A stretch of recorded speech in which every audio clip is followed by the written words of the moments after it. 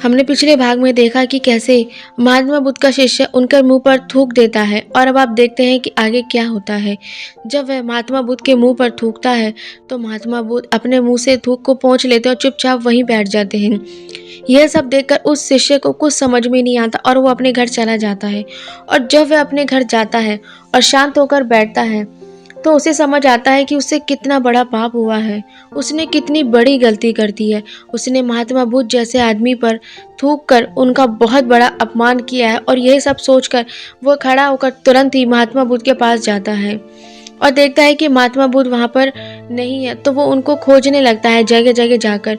और जैसे ही महात्मा बुद्ध मिलते हैं वह उनके पैरों में गिर जाता है और कहता है, महात्मा बुद्ध मुझे माफ़ कर दीजिए, मैंने आपको बहुत बड़ा अपमान किया है, मुझे ये सब नहीं करना चाहिए था, मुझसे बहुत बड़ी गलती हुई है।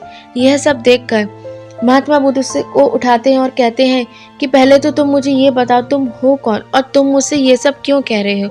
यह सब सुनकर वह शिष्य चौंक जाता है और सोचता है कि महात्मा बुद्ध मुझे कैसे भूल सकते हैं, कल ही तो मैंने उनका इतना बड़ा अपमान किया और आज वो ऐसी बातें कर रहे हैं। तो महात्मा बुद्ध कहते हैं कि मैं पीछे की बातों को पीछे ही छोड़कर चलता हूँ और उनको ज़्यादा सोच विचार नहीं करता हूँ। ऐसा हर एक प्राणी, हर एक सदस्य को करना चाहिए।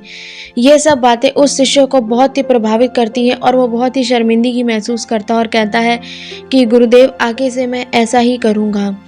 और इस कहानी से हमें यही शिक्षा मिलती है कि हमें पीछे की बातों को पीछे ही छोड़कर चलना चाहिए, चाहे वो अच्छी हो या बुरी हो। ज़्यादा सोच विचार नहीं करना चाहिए और क्रोध करना इंसान के लिए सबसे खतरनाक और साथ ही बहुत आसान होता है।